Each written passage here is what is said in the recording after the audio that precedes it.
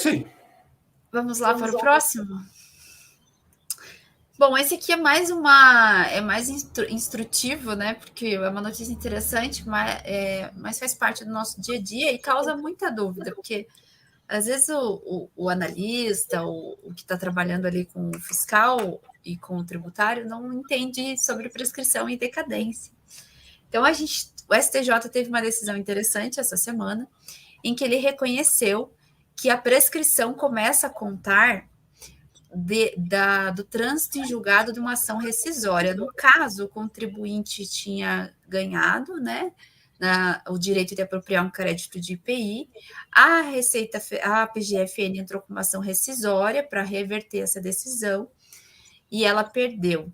E o STJ reconheceu, neste caso, que a prescrição ela começou a contar do trânsito em julgado dessa ação rescisória que a PGFN perdeu. Nesse caso, foi vantajoso para o contribuinte, porque ele conseguiu apropriar o crédito desde o início lá, do trânsito em julgado da ação rescisória. Então, foi interessante. Mas por que a gente trouxe isso? É mais para falar sobre prescrição e decadência, porque de crédito tributário é vantajoso, né? Porque você acaba conseguindo recuperar os últimos 5 anos, mas para débito tem que prestar atenção. Então, até a gente estava comentando sobre isso ontem.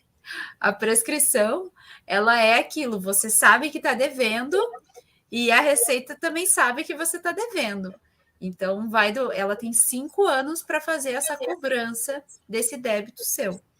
E a decadência é você normalmente sabe que está devendo, mas a Receita não sabe que você está devendo. Então é aquela, devo, não nego, pago quando puder. Então até a Receita descobrir que está devendo, ela pode fazer o lançamento do crédito tributário. Então a decadência ela vem antes desse lançamento. E, né, como acho que o Nicolas até ia falar, a questão da decadência é quando a gente tem tributos que são lançamentos de ofício, que é o IPTU, que é o IPVA, ele não tem, né? Normalmente é prescrição. Depois que você recebeu ali o boleto, ela tem 5 anos para te cobrar, que já houve o lançamento. Mas a decadência ela é importante prestar atenção quando você está falando de ICMS, IPI, PIS e COFINS, né?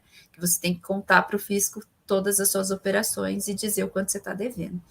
Então, prescrição e decadência é um assunto bem interessante. A gente ainda tem prescrição intercorrente, que é lá uma questão processual, mas para quem está aí no dia a dia tributário, tem que sempre lembrar, quando você tem ali um débito, você tem que pensar, ele já foi declarado? Se ele já foi declarado, então se o fisco tem 5 anos para te cobrar. Ah, não, o fisco não sabe, que nem o caso do Simples. O fisco não sabe que eu estou devendo. Então, ele tem que fazer primeiro o lançamento daquele débito para depois fazer a cobrança. Em ambos os casos, eles têm 5 anos. 5 anos para lançar, 5 anos para cobrar. Então, você que está lá, que faz apuração do tributo, declara, paga e acha que tudo está resolvido, cuidado, né? Porque esses tributos são sujeitos ao lançamento por homologação. Então, o fisco tem 5 anos para aceitar aquilo que você lançou, né? 5 anos para dar ok. Se ele não fizer nada em 5 anos, beleza, passou, né? Agora, se nesse meio tempo ele notifica, olha, você recolheu de forma equivocada aqui esse tributo, aí já não estamos mais falando de decadência, porque ele agiu dentro dos 5 anos, né? Levantou ali a inconsistência, uma possível inconsistência, só que ele ainda tem, né, que dentro desse mesmo período executar o valor cobrado de você, que aí é a questão da prescrição. Vou tentar resumir, né, de maneira bem singela aqui o que significa uma coisa e outra. Essa notícia é mais para contribuir com o seu dia a dia tributário do que uma notícia em si, porque a ação rescisória, talvez a gente tenha muitas aí, depois da decisão do STF sobre a coisa julgada em matéria tributária. Então, provavelmente a gente tenha muitas ações rescisórias, mas a gente trouxe mais para falar um pouquinho sobre prescrição e decadência, que às vezes é uma dúvida aí do dia a dia.